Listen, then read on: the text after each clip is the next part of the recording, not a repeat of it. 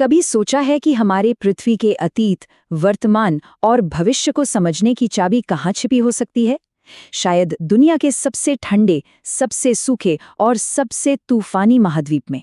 तो चलिए आज अंटार्कटिका के एक ऐसे सफर पर चलते हैं जो हमें बर्फ और समय की एक असाधारण कहानी बताएगा। देखिए, ये कोई आम सफर नहीं है। जरा सोच कर देखिए, इस बर्फीले महाद्वीप तक पहुंचने के लिए कार, हवाई जहाज और फिर जहाज से कुल मिलाकर 100 घंटों से भी ज्यादा का सफर। ये अपने आप में ही एक बहुत बड़ी यात्रा है। और बात सिर्फ दूरी की नहीं है, समय की भी है। इस सफर के दौरान दुनिया के 9 अलग-अलग टाइम जोन्स पार करने पड़ते हैं।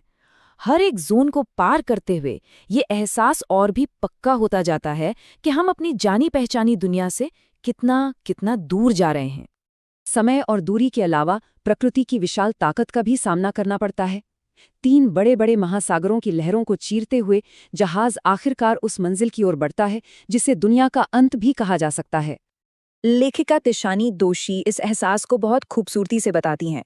वो कहती हैं कि जब उन्होंने पहली बार अंटार्कटिका की उस अंतहीन सफेदी को देखा तो सबसे पहले उन्हें राहत महसूस हुई और उसके ठीक बाद एक गहरा आश्चर्य। ये एक ऐसी जगह है जो अपनी विशालता और अकेलेपन से किसी को भी हैरान कर दे।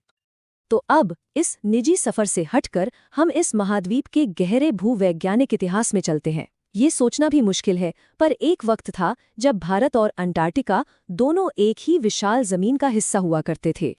तो कहानी शुरू होती है लगभग 6.5 करोड़ साल पहले। तब गोंडवाना नाम का एक बहुत बड़ा दक्षिणी सुपर कॉन्टिनेंट हुआ करता था। और मजे की बात यह है कि इसका केंद्र ठीक वहीं था जहां आज अंटार्कटिका है। ये जो टाइमलाइन है ना, ये कमाल की है। सोचिए, गोंडवाना 50 करोड़ सालों तक फलता फूलता रहा। तब यहाँ का मौसम गर्म था, तरह तरह के पेड़ पौधे और जीव जंतु थे। फिर जब डायनासोर खत्म हुए तब ये विशाल भूभाग टूटने लगा और महाद्वीप अलग अलग हो गए, जिससे दुनिया का वो नक्शा बना जो हम आज देखते हैं। और महाद्वीपों के इस बड़े फेरबदल का एक जबरदस्त नतीजा ये हुआ कि भारत की जमीन का टुकड़ा उत्तर की तरफ खिसकने लगा और सीधा जाकर एशिया की प्लेट से टकरा गया। और इस जोरदार टक्कर ने पृथ्वी की परत को कुछ इस तरह मोड़ा कि दुनिया की सबसे ऊंची पर्वत श्रृंखला यानी हिमालय का जन्म हुआ। ये एक शानदार उदाहरण है कि कैसे भूवैज्ञानिक घटनाएं हमारे इस ग्रह को आकार देती हैं। तो सवाल ये उठता है कि आज अंटार्कटिका इतना जरूरी क्यों है?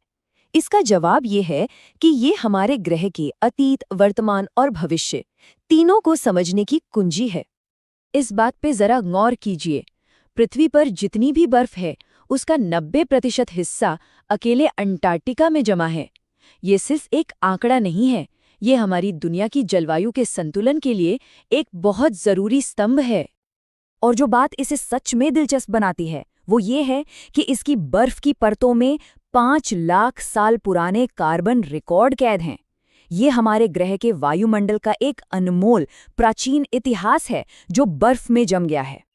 तो अगर हमें पृथ्वी के अतीत, वर्तमान और भविष्य के बारे में जानना हो तो हमें कहाँ जाना चाहिए?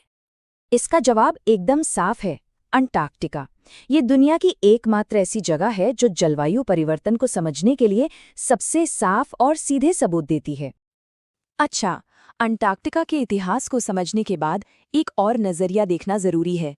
जब हम भूवैज्ञानिक समय की विशाल घड़ी की तुलना इंसानी इतिहास से करते हैं तो जो तस्वीर सामने आती है वो सच में चौंकाने वाली है। गोंडवाना सुपर कॉन्टिनेंट 50 करोड़ सालों तक मौजूद रहा। ये एक बहुत बहुत लंबा समय है। और इसकी तुलना में मानव सभ्यता को सिर्फ 12,000 साल हुए हैं। भूवैज्ञानिक घड़ी पर ये कुछ सेकंड के बराबर भी नहीं है, पलक झपकने जितना।